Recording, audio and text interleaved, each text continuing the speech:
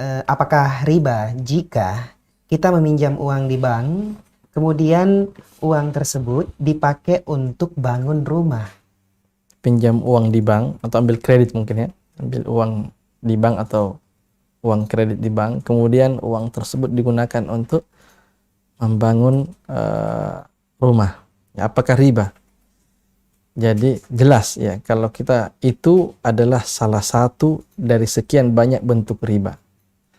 Mengambil uang di bank atau mengambil pinjaman, tepatnya adalah mengambil pinjaman uang di bank, kemudian nanti dikembalikan secara kredit, dicicil pengembaliannya, dan tentunya itu sudah dikembalikan dengan bunganya atau sudah berlebih dari nilai yang telah diterima oleh si pengambil pinjaman oleh nasabah. Maka itu jelas riba.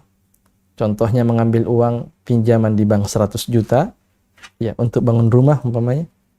Kemudian tiap bulan ya dibayar sekian juta selama sekian tahun.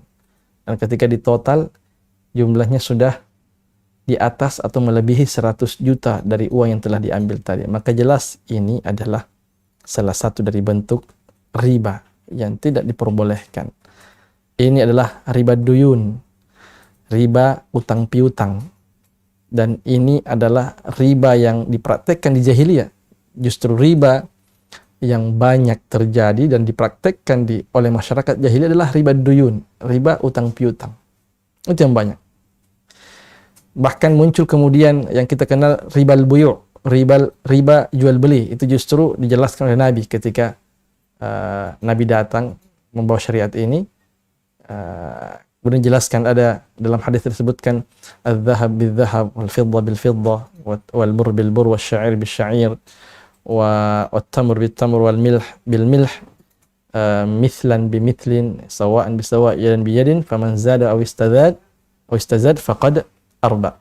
Ini jenis riba al-buyu' ya. Kalau tadi pinjaman ke bank masuk dalam riba duyun, juga termasuk cakupan juga riba buyu sebenarnya. Intinya itu adalah riba, sehingga kalau sudah terjadi tidak mesti digunakan untuk bangun rumah. Mau dipakai beli mobil, beli motor, apalagi dipakai nikah ya, dipakai mahar segala macam, yang jelasnya bukan peruntukannya yang menentukan ribanya, tapi akadnya dengan bank itu ketika mengambil pinjaman pada bank konvensional, itulah akad yang terjadi, itulah yang dinamakan akad ribawi. Disitulah terjadi riba ya, dari proses mengambil pinjaman kemudian dikembalikan dengan berlebih. Adapun peruntukannya tidak mempengaruhi status ribanya.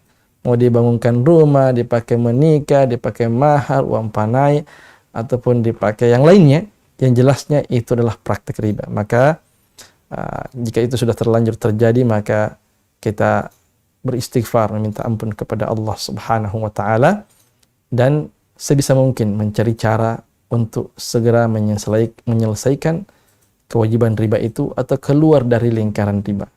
Kalau sudah terlanjur terjadi, semaksimal mungkin untuk diselesaikan semampunya. Kalau memang terjadi memang kesulitan untuk menyelesaikan kecuali mengikuti ritme penyelesaiannya, maka silahkan dengan cara itu, sembari terus berdoa dan meminta ampun kepada Allah Subhanahu wa taala, dan berjanji kepada Allah untuk tidak lagi mengulangi praktek-praktek riba seperti itu. Faman ja'ahu mau'izatun min rabbih fantaha falahu ma salafa wa amruhu ila Allah.